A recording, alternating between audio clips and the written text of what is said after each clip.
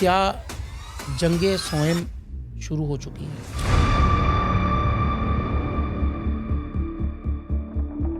جنگ ہے جس کی پیشن گوئیاں کی گئی، صدیوں سے جس کا انتظار تھا. تقریباً احوال جتنی بھی نبی کریم صلی اللہ علیہ وآلہ وسلم نے مسلمانوں کو، یہ جو جنگ ہے یہ ایران اور عرب کی جنگ ہے. دیکھیں مسعود پزشکیان نے باقاعدہ اوپنلی پری ریکارڈڈ بیان لا کے نشر کیا اور معافی مانگی ان تمام ممالک سے جن پر اٹیکس ہوئے.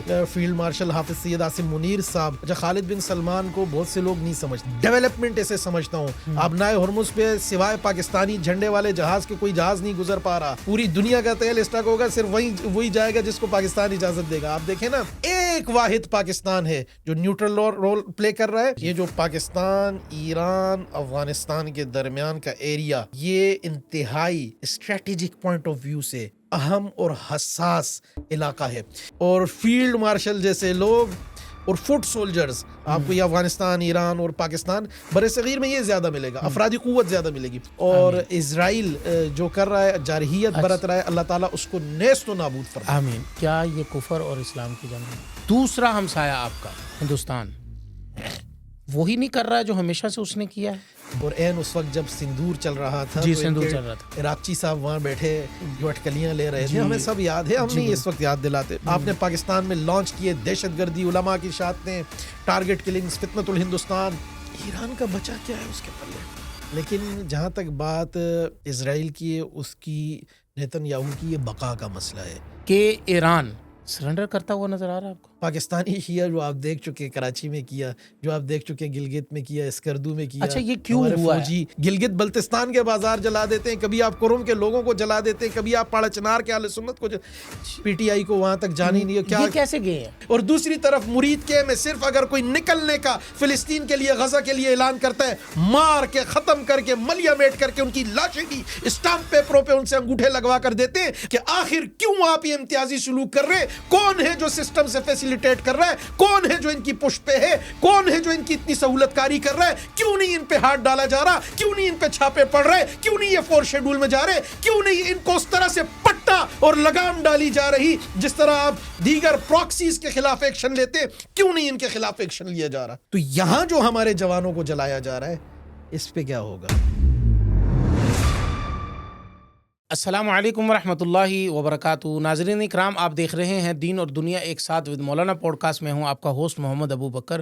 ناظرین، بڑے لمبے عرصے کے بعد آپ کے پاس ہم جو آج کا پروگرام لا رہے ہیں، اس پروگرام کو سننا آپ کے لیے انتہائی ضروری ہے، انتہائی ضروری ہے، انتہائی ضروری ہے. چونکہ پاکستان کے اندر اس وقت جو صورتحال ہے، پاکستان کے ہمسائے میں اور اس کے بعد مشرق وسطیٰ کے اندر، خلیجی ممالک کے اندر جو صورتحال ہے، اس وقت جو ہے عالمی سطح کے اوپر پاکستان کس نہج پہ کھڑا ہے، کہاں پر کھڑا ہے، آنے والے دنوں میں پاکستان کے حالات کیا ہوں گے، اور پاکستان کے اوپر کتنا بوجھ آ رہا ہے یا پاکستان بوجھ لیس ہے، اور مشرقی وسطیٰ کے اندر جو جنگ کا اس وقت سما ہے، اس کے کیا حالات ہیں اور کیا واقعات ہیں، اور یہ جنگ کب شروع ہوئی تھی اور کب یہ ختم ہوگی. اس کے لیے ہم نے اپنے انتہائی میرے دوست، میرے دل کے قریب رہنے والے اور انتہائی بریک بینی سے مشرق وسطیٰ کے اوپر ان کی نظر ہے اور اسفار ہیں، زمینی حقائق سے یہ آگاہ ہیں. ایران ہو، عرب امارات ہو، خلیجی ممالک ہوں، میری مراد میرے دوست، انتہائی قریبی دوست آفتاب نذیر صاحب، میں آپ کو ان کی طرف لے کے چلتا ہوں. السلام علیکم ورحمۃ اللہ وبرکاتہ. آفتاب بھائی، السلام ورحمۃ اللہ. سب سے پہلے آفتاب بھائی بہت شکریہ. اس جنگ کے سما کے اندر بھی ہم نے آپ سے جو وقت مانگا، آپ نے خوشی کے ساتھ ہمیں وقت عنایت فرمایا، اس پر ہم آپ کے انتہائی مشکور و ممنون ہیں. آفتاب بھائی، مجھے یہ بتائیے گا کہ پہلا میرا سوال، کیا جنگ سوئم شروع ہو چکی ہے؟ جنگ عظیم سوئم کی پیشن گوئیاں تو کی جا چکی تھی، اور جو حالات ہیں وہ لگ بھی ایسا ہی رہا ہے کہ ورلڈ وار 3 شروع ہو چکی ہے. آپ ڈیفرنٹ جیو پولیٹیکل تناظر میں دیکھیں، یا اسٹریٹجک انالیسس کریں، یا آپ جو مغرب کے بڑے تھنک ٹینکس ہیں، بروکنگ انسٹیٹیوشنز کو لے لیں، یا دیگر آپ جتنے بڑے بڑے تھنک ٹینکس کو لے لیں جو آپ کے فارن ریلیشنز پہ بنے ہوئے ہیں، ان کی اسٹڈی کریں، تو وہ گزشتہ 10 سال سے اس چیز پر تحقیق کر رہے ہیں کہ مذہبی تحریکیں سیاسی ماحول پر کس قدر اثر انداز ہوتی ہیں. اوکے. یا مذہبی بیانیہ یا مذہبی نظریہ یا یہ جو پیشن گوئیاں ہیں، یہ امیدیں ہیں امام مہدی کے ظہور کی، آمد کی، اور یہ چیزیں، یہ نظریہ، یہ بیانیہ کس حد تک اثر انداز ہوتا ہے جیو پولیٹیکل معاملات پہ یا دنیا کی سیاست پہ یا پھر دنیا کے ماحول پر. اس پر مغرب اور یہ تھنک ٹینکس تحقیق کر رہے ہیں. ورلڈ وار 3 کا آپ نے بتلایا. ورلڈ وار 3 آپ 2 خطوں کو اگر باریک بینی سے دیکھیں، جی ایک لیوانٹ کا اور ایک یہ خراسان کا. جی. خراسان کا خطہ، اس میں ہمارا مشرق وسطی بھی آتا ہے، اوکے. اس میں بر صغیر کا ایریا بھی آتا ہے، جی اور اس میں آپ کی وسط ایشیا جو سینٹرل ایشیا کی ریاستیں ہیں، یہ ترکمانستان، قازقستان، ازبکستان، کرغستان، یہ بھی آتی ہیں. اور بر صغیر میں آپ کا یہ وزیرستان، خیبر پختونخوا، کرم، بنو، یہاں تک کے ایریاز آ گئے. یہاں اس طرح پشاور تک پہنچ گئے آپ. پشاور تک بالکل جی. ایگزیکٹلی. جی. اور اس طرف آپ جوب، لورالائی، یہ دیکھ لیں، یہ بھی خراسان. اور پھر اوپر بلکہ ایران کے اندر تو ایک صوبہ ہے خراسان نام کا، اور پھر آپ اگر اس طرف چلے جائیں اوپر یہ نشاپور ہے، مشہد ہے، یہ ایریاز خراسان میں آتے ہیں. تو اگر یہ سارا خراسانی لشکر، جس کی ایک حدیث کی ایک پیشن گوئی پریڈکشن بھی کی گئی کہ اگر وہاں سے وہ آئے تو اس کی مدد کرنا، کیونکہ وہ اللہ کے خلیفہ ہوں گے. تو امام مہدی کی آمد، ورلڈ وار 3 جو ماحول بن رہا ہے، اس پر دیکھیں تو جو مذہب کا مطالعہ کرنے والے لوگ ہیں وہ اس سے امیدیں باندھے ہوئے ہیں. مشرق وسطیٰ کا بحران اٹھ چکا ہے، آپ کے سامنے ہے. ان تمام تر حالات میں مختلف جو آسمانی مذاہب ہیں، تینوں آسمانی مذاہب جو لیوانٹ کی، آپ ہرمجدون کی جنگ کو اگر پڑھیں گے جو بائبل میں ہے یا دیگر، تو وہ اپنی تیاری میں لگے ہوئے ہیں. آپ نے دیکھا ہوگا پریزیڈنٹ ٹرمپ نے اوول آفس میں دعائیہ تقریب کی اور باقاعدہ بیٹھ کے ہاتھ رکھ کے ان کے لیے. تو اب وہ بائبل، وہ یہودی جو اپنا پورا تورات سے مدد مانگ رہے ہیں، پڑھ رہے ہیں، وہاں جا رہے ہیں. تو میرا خیال یہ ہے، یہ جو بھی اس کو تو لوگ مختلف اپنے اپنے احوال سے، اپنی اپنی اینک سے دیکھتے ہیں. کوئی شیعہ سنی تناظر میں دیکھتا ہے، کوئی مشرق مغرب کی جنگ دیکھ رہا ہے، کوئی کفر اسلام کی جنگ دیکھ رہا ہے، کوئی عرب و فارس کی جنگ کے طور پہ سے لے رہا ہے. لیکن میں یہ سمجھتا ہوں کہ یہ وہ جنگ ہے جس کی پیشن گوئیاں کی گئی، صدیوں سے جس کا انتظار تھا، اور وہ وقت آن پہنچا ہے. حالات آپ کے سامنے ہیں، پیشن گوئیاں پوری ہیں. تقریباً احوال جتنی بھی نبی کریم صلی اللہ علیہ وآلہ وسلم نے مسلمانوں کو بتلایا تھا کہ یہ حالات ہوں گے. بلکہ میں مطالعہ کر رہا تھا تو میرے سامنے ایک بات آئی کہ پہلے بھی ایسا ایک ماحول بنا سیاہ جھنڈوں والوں کا، اور خراسان سے ایک لشکر اٹھا، اور وہ جو ابو مسلم خراسانی ہو گیا. لیکن وہ عباسیوں کے دور میں، اچھا عباسیوں کا ایک وتیرہ رہا ہے. ابو مسلم خراسانی نے وہ سارا امویوں کی خلافت اور وہ سارا نظام، حکومت ان کا تختہ الٹا اور لے کر حکومت دے دی عباسیوں کو. اور ابو جعفر منصور نے اسی کو، ابو مسلم خراسانی کو مار ڈالا بلا کے، بڑا پیار محبت سے بلا کے کام تمام کر دیا. تو یہ عباسیوں کا ایک رائے، اور کوئی بھی طاقت ہو وہ یہ کرتی ہے. میں آپ کی بات انٹرپٹ کر رہا ہوں. مجھے آپ بتائیے گا کہ یہ جو جنگ ہے، یہ ایران اور عرب کی جنگ ہے؟ یہ عرب و فارس کی جنگ کہہ رہے ہیں لوگ، اور اس تناظر میں باقاعدہ کوشش کی جا رہی ہے. میں اس کو ایک بڑے کینوس پہ دیکھ رہا ہوں. میں اس کو، آپ نے جس طرح ابتدا ہی میں تیسری جنگ عظیم سے شروع کر دیا، تو میں اسے اس تناظر میں دیکھ رہا ہوں. میں یہ چھوٹی چیزیں، یہ جو لوگ اس کو ایتھنک گروپس اور دوسرا تیسرا لے، یہ بہت چھوٹی چیزیں، میں اس کو بڑے اس پہ دیکھ رہا ہوں. یہ جنگ عرب و فارس کی نہیں ہے، گو کیسے بنایا جا رہا ہے، کوشش کی جا رہی ہے. آپ دیکھیں مسعود پزشکیان نے باقاعدہ اوپنلی پری ریکارڈڈ بیان لا کے نشر کیا اور معافی مانگی ان تمام ممالک سے جن پر اٹیکس ہوئے. I should apologize to the neighboring countries that were attacked by Iran on my own behalf. لیکن اس کی معافی مانگنے کے بعد دبئی ایئرپورٹ ہٹ ہوا، اس کی معافی مانگنے کے بعد انسٹالیشنز آپ کی پیٹرولیم کی سعودیز اور دیگر یہ ہٹ ہو رہی ہیں. اٹ مینس کہ مسعود پزشکیان کے ہاتھ میں بھی وہ جو رجیمی ایک قوت اور طاقت ہے اور ٹولہ ہے جو شدت پسند یا انتہا پسند یا ایکسٹریمسٹ، یا جو چاہتے ہیں کہ عرب و فارس کی جنگ یہ بنے، اور وہ جو چاہ رہے. اور آپ دیکھیں کہ فیلڈ مارشل حافظ سید عاصم منیر صاحب جب ڈیفنس منسٹر کے ساتھ خالد بن سلمان کے ساتھ بیٹھے تھے، اچھا خالد بن سلمان کو بہت سے لوگ نہیں سمجھتے، یہ MBS کے بھائی ہیں، اور صرف بھائی ہونا نہیں بلکہ انہوں نے نیشنل اور انٹرنیشنل سیکیورٹی میں سرٹیفکیشنز ہارورڈ سے کی ہوئی ہیں. اس کے علاوہ ان کا ایرونوٹیکل سائنس میں بیچلرز ہے. ان کے 1000 آورز جو فلائنگ آورز ان کے یمن میں ہیں, ان کے سیریا میں ہیں, داعش کے خلاف یہ جنگ لڑ چکے ہیں, خود میدان میں بیٹل فیلڈ میں رہے اور بہت ایکسپرٹ ہیں. یہ سیکیورٹی ایکسپرٹ ہونے کے ساتھ ساتھ, یہ سفارتکاری کے ساتھ ساتھ, یہ امریکہ میں تعیناتی جو ان کی رہی اس وقت جو انہوں نے حالات دیکھے. ایک اور آپ کو بات بتاؤں, خالد بن سلمان یہ وہی ہیں کہ جو ایران 2 دہائیوں بعد شاہ سلمان کا بادشاہ کا خط لے کے علی خامنائی کے پاس آئے تھے اور بتایا تھا, اور وہ جو جمود تھا, وہ جو ایک ٹینشن تھی, اسے ختم کر خود ایک شہزادے کا, شاہی خاندان کا آ کے سرزمین ایران پر اترنا, اتنی ہمت, اتنی جرأت, اور ان کو جا کے بتانا, تو تناؤ کو ختم کرنے کے لیے انہوں نے بڑا کردار ادا کیا. تو خالد بن سلمان کا بیٹھنا اس میٹنگ میں, اور ان کے ساتھ دوسرے جو ہشام صاحب بیٹھے تھے, جنرل فیاض ان کے ساتھ ان کی طرف سے بیٹھے تھے, ہماری طرف سے لیفٹیننٹ جنرل اپنا نعمان زکریا صاحب ہے, جواد طارق صاحب. تو یہ بیٹھنا, اچھا یہ ڈی جی ایم او بھی رہے ہیں اپنا نعمان صاحب, اور آپ چیف آف لاجسٹک اسٹاف بھی رہے ہیں, ٹھیک ہے. تو ان لوگوں کا اس میٹنگ میں بیٹھنا یہ بہت بڑے اشارے ہیں. فیلڈ مارشل اس وقت ایک اسٹریٹجسٹ کے طور پہ دنیا میں ابھر رہے ہیں.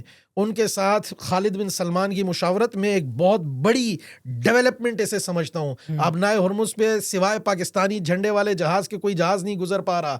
وہ جہاز, وہ پوری دنیا کا تیل اسٹاک ہوگا, صرف وہی جائے گا جس کو پاکستان اجازت دے گا. آپ دیکھیں نا کہ اسٹریٹ آف ہرمز کی جو اس وقت سچویشن ہے, اس پہ تو خود میں یہ سمجھتا ہوں مسعود پزشکیان کا بھی اختیار نہیں ہے. وہ ٹولہ جو, اور اس صورتحال میں اگر کوئی منہ دے رہا ہے اور کوئی دیکھ رہا ہے, پوری دنیا اس جنگ میں کسی نہ کسی بلاک, کسی نہ کسی حصے میں, ایک واحد پاکستان ہے جو نیوٹرل رول پلے کر رہا ہے. ہمارے آپ دیکھیں نا اسحاق ڈار صاحب نے جو آن دا فلور اسٹیٹمنٹ دی, وہ آپ کے سامنے ہے کہ ہم نے ایران سے کہا, ہم نے سعودی عربیہ سے کہا, اور دونوں کا شکریہ کہ انہوں نے ہماری بات کی لاج رکھی, اور ہم جو رول دونوں کے اندر چودھری بن کے کردار ادا کیا. چودھری فیصلہ کردار ثالث ایک اچھا, اور پاکستان کی ہمیشہ سے یہ کوشش رہی ہے. اچھا میں اس تکون کو, یہ جو مثلث ہے, جی یہ جو پاکستان, ایران, افغانستان کے درمیان کا ایریا, یہ انتہائی اسٹریٹجک پوائنٹ آف ویو سے اہم اور حساس علاقہ ہے. مشرق وسطیٰ مذہبی تحریکوں کا یا تیل کی دولت سے مالا مال علاقہ کہلاتا ہے. اس طریقے سے آپ اگر ادھر آ جائیں, ترکمانستان, ازبکستان, قازقستان, یہ جو سینٹرل ایشیائی جو ریاستیں ہیں, ان کے یہ توانائی اور دیگر معدنیات ان کے پاس بہت زیادہ ہے, ذخائر ہے. اور آپ اگر بر صغیر میں آ جائیں تو یہاں فوج, آبادی اور فیلڈ مارشل جیسے لوگ اور فٹ سولجرز آپ کو یہ افغانستان, ایران اور پاکستان, بر صغیر میں یہ زیادہ ملے گا, افرادی قوت زیادہ ملے گی. تو اب ان تینوں کو ایک طرف رکھیں, اس طرف آپ لیوانٹ کو لیں, جو اسرائیل, لیوانٹ کے ایریاز میں آپ کا اسرائیل آ گیا, سیریا آ گیا, جارڈن آ گیا, ٹھیک ہے, اپنا ترکیہ کا کچھ علاقہ, یہ اپنا نیچے کی طرف آپ آ جائیں, جنوب مشرقی علاقے آ گئے, یہ سارے علاقے آپ لیں, یہ لیوانٹ میں آتے ہیں. عراق کی اس طرف تھوڑی سی پٹی. تو اب اس سب سچویشن میں پوری صف بندیاں ہو رہی ہیں. کرد بھی ایک بہت بڑا ایلیمنٹ ہے جو آپ کے سامنے ہے. تو لوگ اس کو ایتھنک بیسس پہ لے کے جا رہے ہیں. کرد اپنے اس پہ عرب و فارس کا, جیسے آپ نے سوال پوچھا, اپنا بلوچوں کو کوئی لوگ کہہ رہے, لیکن اس میں جو مجھے ابھی تک نظر آیا ہے, بلوچ موومنٹ ایک بہت بڑی جو اس سائڈ کے بلوچستان کی, ہمارے بلوچستان کی نہیں, ہمارے ہاں تو یہ B L A, B L F اور براس اور یہ الائنس اور یہ پراکسیز جتنی ہندوستان کی, اس کو آپ چھوڑ دیں. میں اس طرف کے بلوچستان کی بات کر رہا ہوں جو جے ایم ایم ہے, جبہہ مبارزین مردمی کے نام سے جو ایک الائنس ہے, ان کو لے لیں. یا آپ نے 2 دن پہلے, کل بھی آپ نے دیکھا ہوگا کہ وہ بلوچ سارے گروپس کھڑے ہو گئے, اور انہوں نے ان کے لیے ان کی ایرانیت زیادہ اہم ہے.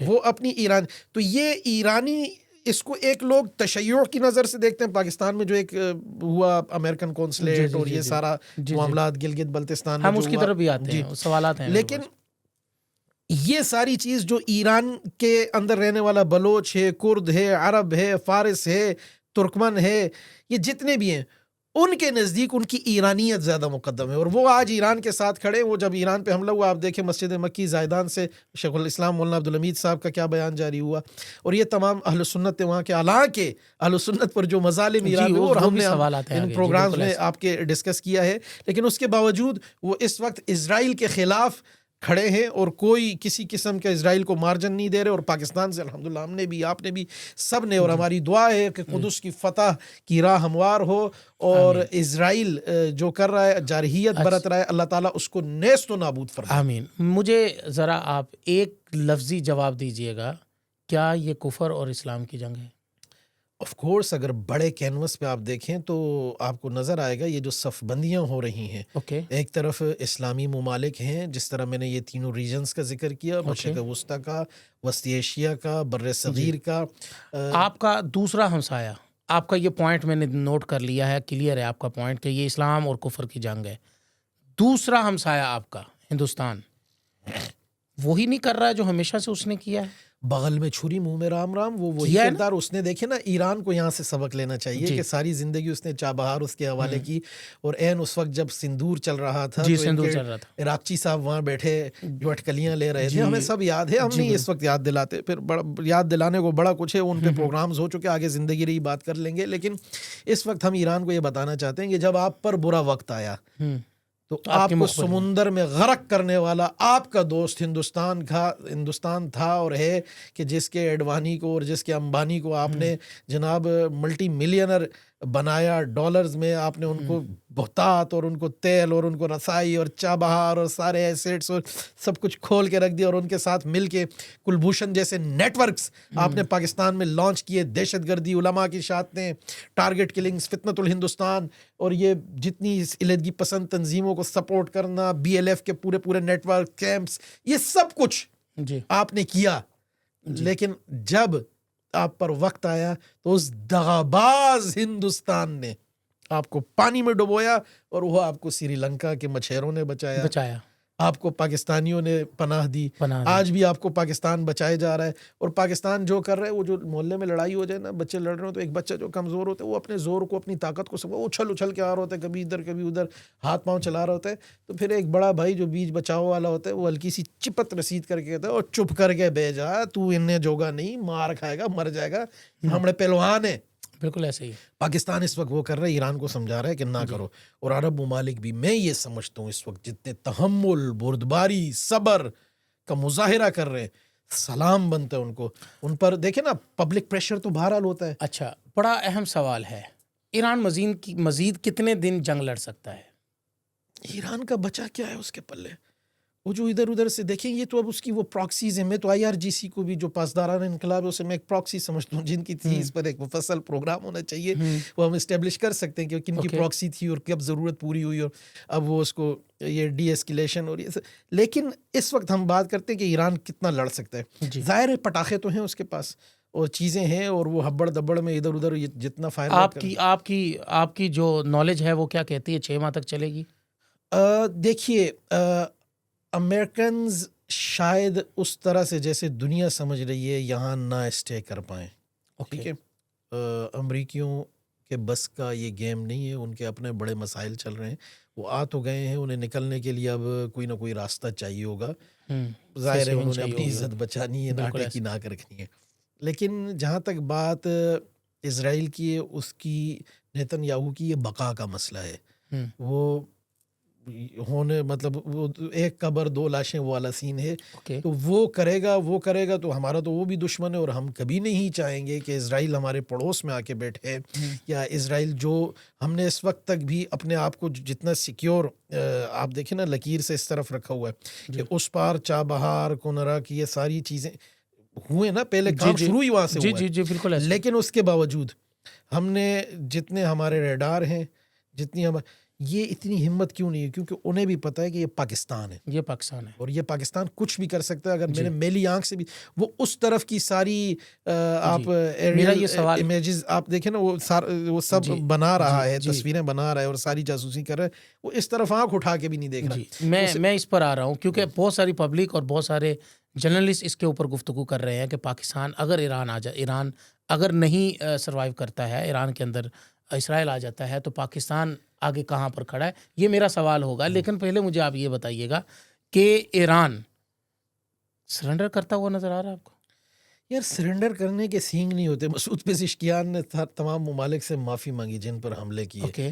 اور باقی یہ ہے کہ ان کے تہذیب جو ایرانی قوم ہے وہ لڑنے اور دفاع کرے گی اپنا تہذیب کا، ایک ہزاروں سال پرانی تہذیب ہے. میں اسے بار بار کہہ رہا ہوں کہ تشیع میں، مذہب میں اس چیز میں لے کے نہ جائیں، کیونکہ مذہب میں آپ لے کے جائیں گے آپ بونڈ ہو جائیں گے. لیکن آپ مذہب میں تو لے گئے نا، آپ نے تو وہ لوگ لے کر جا رہے ہیں.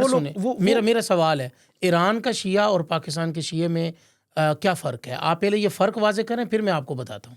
بہت بڑا فرق ہے جی. وہ میرے پاس ایرانی شیعہ کام کر چکے ہیں ترکیہ میں، دبئی میں، کافی سارے دوست، اور وہ بڑے بڑے نفیس. بہت پاکستانی شیعہ جو آپ دیکھ چکے کراچی میں کیا، جو آپ دیکھ چکے گلگت میں کیا، اسکردو میں کیا. اچھا یہ کیوں ہوا ہے؟ زندہ ہمارے فوجی جلا دیے یار، اسکول جلا دیے، یو این کا آفس جلا دیا، بریگیڈ آفس جلا دیا، S P D S P, یہ کیا. اور جوانوں کو زندہ جلانا، فوجیوں کو زندہ جلانا، بازاروں کو جلانا. کہیں آپ اٹھا کے بولٹن مارکیٹ جلا دیتے ہیں، کبھی آپ بگن بازار جلا دیتے ہیں، کبھی آپ گلگت بلتستان کے بازار جلا دیتے ہیں، کبھی آپ کرم کے لوگوں کو جلا دیتے ہیں، کبھی آپ پاڑا چنار کے اہل سنت کو یہ جلانا، یہ مارنا، یہ گالی، یہ گولی، یہ یہاں کا مسئلہ ہے وہاں. اور یہاں بھی وہ جو ہے نا نہیں، ابھی پہلے تو ہم سنتے ہوئے آ رہے تھے نا کہ پہلے تو ان کو کچھ نہ کچھ وہاں سے ان کی سہولت کاری اور کچھ نہ کچھ ان کو تعاون ملتا تھا، لیکن اب تو تعاون بھی نہیں مل رہا ہے. اب تو امید نہیں ہے کہ مل چکا ہے وہ اتنا زیادہ ہے کہ اب وہ اس کے حلال کرنے کی کوشش کر رہے ہیں. یہ چاہ رہے ہیں کہ وہ بچ جائے، یہ تنخواہ پوری کر رہے ہیں، اپنا رزق حلال کر رہے ہیں. جو کچھ انہوں نے اسلام آباد میں کیا، جو ہماری سرکاری املاک کو ریڈ زون میں جا کے، لیکن مجھے دیکھیں نا 26 نومبر پی ٹی آئی کو وہاں تک جانے نہیں دیا. یہ کیسے گئے ہیں؟ جی یہ سوال ہے نا. یہ تو اب وہ ادارے دیکھیں گے، وہ انویسٹیگیشن ہوگی اور یہ ہونی چاہیے. اور یہ جو ان کو جس طریقے سے سسٹم کے اندر سے اگر کوئی فیسیلیٹیٹ کر رہا ہے، سسٹم کے اندر سے ان کو اتنا فیسیلیٹیز کیا جا رہا ہے کہ ان کو وہاں تک اپروچ دے دی گئی ہے. وہ ایکسس دینا کس نے دیا، کیوں دیا، یہ تو اب تفتیش ہوگی. اس کے اوپر ہونی چاہیے تفتیش. باقاعدہ ہمارا تو مطالبہ ہے، ہمارا مطالبہ ہے کہ کراچی امریکی قونصلیٹ پر بھی جو ہوا، اسلام آباد میں بھی پہنچ گئے تھے. کتنا دور تھا؟ بازی نہیں چلے گی کہ آپ 4-6 ویڈیوز جنریٹڈ بنا دیں کہ جی فلانے فلانے فلانے فلانے.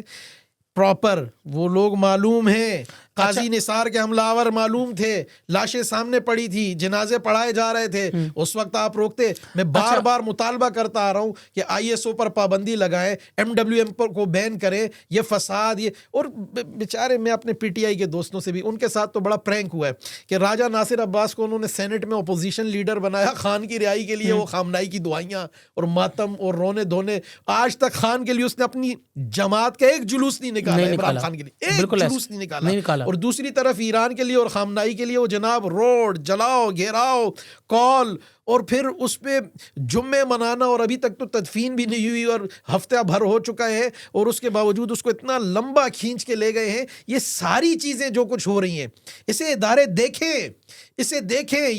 یہ ہمارے ساتھ، پاکستان کے اہل السنت کے ساتھ، پاکستان کی عوام کے ساتھ، صرف اہل السنت نہیں، میں کہوں گا جو پاکستان کا معتدل شیعہ ہے، جو پاکستان میں کرسچن رہتا ہے، جو پاکستان میں سکھ رہتا ہے، جو پاکستان میں پارسی رہتا ہے، جتنی اقلیتیں رہتی ہیں، ان سب کے ساتھ یہ ظلم ہے کہ آپ ایک طرف تو ایک طبقے کو اتنا اختیار دیتے ہیں کہ وہ قونصل خانوں پہ حملے کرے، وہ ریڈ زونز میں جائے، وہ بریگیڈ آفس جلائے، وہ ایس پی آفس جلائے، وہ فوجی جوانوں کو زندہ جلائے، وہ بازاروں کو جلائے، وہ اسکولز کو جلائے، وہ آپ کے بچوں کو بھگائے اسکولوں سے نکال کر، وہ آغا خان کمیونٹی کی املاک کو جلائے. اور دوسری طرف مرید کے میں صرف اگر کوئی نکلنے کا فلسطین کے لیے، غزہ کے لیے اعلان کرتا ہے، مار کے ختم کر کے ملیا میٹ کر کے ان کی لاشیں بھی اسٹامپ پیپروں پہ ان سے انگوٹھے لگوا کر دیتے ہیں. آج یہ پاکستان کا ہر شہری سوال پوچھنے کا حق رکھتا ہے کہ آخر کیوں آپ یہ امتیازی سلوک کر رہے ہیں؟ کون ہے جو سسٹم سے فیسیلیٹیٹ کر رہا ہے؟ کون ہے جو ان کی پشت پہ ہے؟ کون ہے جو ان کی اتنی سہولت کاری کر رہا ہے؟ کیوں نہیں ان پہ ہاتھ ڈالا جا رہا؟ کیوں نہیں ان پہ چھاپے پڑ رہے؟ کیوں نہیں یہ 4 شیڈول میں جا رہے؟ کیوں نہیں ان کو اس طرح سے پٹا اور لگام ڈالی جا رہی جس طرح آپ دیگر پراکسیز کے خلاف ایکشن لیتے؟ کیوں نہیں ان کے خلاف ایکشن لیا جا رہا؟ میرا سوال ہے بہت، آپ کا پوائنٹ آف ویو بہت عمدہ ہے. میرا سوال ہے، کراچی کے اندر جو نوجوان انہوں نے لاشوں کی، آپ کو پتا سیاست شروع سے کرتے ہوئے آ رہے ہیں، ہمیشہ یہ لاشوں کے اوپر سیاست کرتے ہیں. بلکہ وہ میں آج حامد میر صاحب کو سن رہا تھا, انہوں نے کہا کہ پہلے تو ان کا جو خمینی تھا وہ تو اپنی موت مرا تھا نا, بیماری لگ گئی تھی اس کو. اب تو یہ تو ہمیشہ لاش تلاش کرتے رہے, اب تو ان کو شہید مل گیا, اب وہ سوچیں وہ کیا کریں گے. تو یہ تو ہمیشہ لاشوں کے اوپر جو ہے نا وہ سیاست کرتے ہوئے ہیں. کراچی کے اندر جو نوجوانوں کو گولیاں لگی ہیں ایمبیسی کی طرف سے, میں نیوٹرل ہو کے آپ سے سوال کر رہا ہوں, وہ نوجوان کراچی کے تھے, بلتی جوان تھے, پڑا چناری تھے, کیا کر رہے تھے وہاں پہ؟ بھئی یہ تو میں یہی سوال میرا ہے کہ جو یہاں اسلام آباد میں ہوا ہے, جی یہی سوال تو میرا ہے. پھر جس طریقے سے دیکھیں ہمارے فوجی جوانوں کو جلایا گیا یار, کیوں نہیں آپ نے ایک دیکھیں نا اس وقت جو افغانستان پر حملہ ہوا اپنا کرنل گلفراز صاحب کی شہادت کے بعد ہوا, ایئر اسٹرائکس جو ہماری ہوئی, ہم نے پوری بگرام یہ وہ سب تیز نیز کر دیا ہمارے ایک فوجی اور ہماری جو بھی انہوں نے حملے کیے اٹیکس کیے اس کے رسپانس پہ. تو یہاں جو ہمارے جوانوں کو جلایا جا رہا ہے اس پہ کیا ہوگا؟ نہیں, میں تو ایک اور کرفیو کی وہ پرواہ نہیں کر رہے, وہ توڑ دیا. یہ جوان وہاں کیا کر رہے تھے؟ پھر پاڑا چنار کے جوان گلگت بلتستان میں کیا کر رہے ہیں؟ گلگت بلتستان کے جوان اور پاڑا چنار کے جوان کراچی میں کیا کر رہے ہیں؟ اور اسلام آباد میں کیا کر رہے ہیں؟ اسلام آباد میں کیا کر رہے ہیں؟ جو یہ چیزیں, یہ سوال جس طرح آپ مجھ سے پوچھ رہے میں بھی پوچھ رہا ہوں, یہ میرا بھی سوال ہے کہ آخر کیوں؟ چلے قوم ہی کے سامنے یہ سوال رکھ دیتے ہیں کہ بھائی وہاں پر مرنے والوں کی تدفین جو ہے, نماز جنازہ وہاں پڑھائی جاتی ہے, پھر تدفین کے لیے ان کو بلتستان اور گلگت بھیجا جاتا ہے. تو یہ بتایا جائے, یہی آپ اپنے آپ سے سوال کر لیں. ہم اس وقت ایران کی بات نہیں کر رہے ہیں, اس وقت اپنے ملک کی بات کر رہے ہیں کہ اپنے ملک کے اندر اپنے فوجیوں کو جلانا یہ کہاں کا انصاف ہے؟ پاکستان نے مارا ہے. خامنائی صاحب دیکھیں, ایک 87 سال کے بوڑھے, ان سے زندگی میں جو بھی ہمارا اختلاف تھا, ہم نے جو بھی کیا وہ اس وقت تک تھا, لیکن مرنے کے بعد ہم کسی کے بھی مقدسات کی اہانت کے قائل نہیں ہیں. بلکہ ہمارے پاکستان کے اتنے اہل سنت والجماعت اچھا موقف دیا انہوں نے, بالکل ہماری سٹینڈنگ بہت بالکل کلیئر ہے, آؤٹ سٹینڈنگ موقف تھا کہ ہم نے کہا ہے کہ بھائی ہم مذمت کرتے ہیں, اسرائیل نے انہیں مارا ہے اور ہم اس حملے کی مکمل طور پر مذمت کرتے ہیں. مولانا پوڈکاسٹ.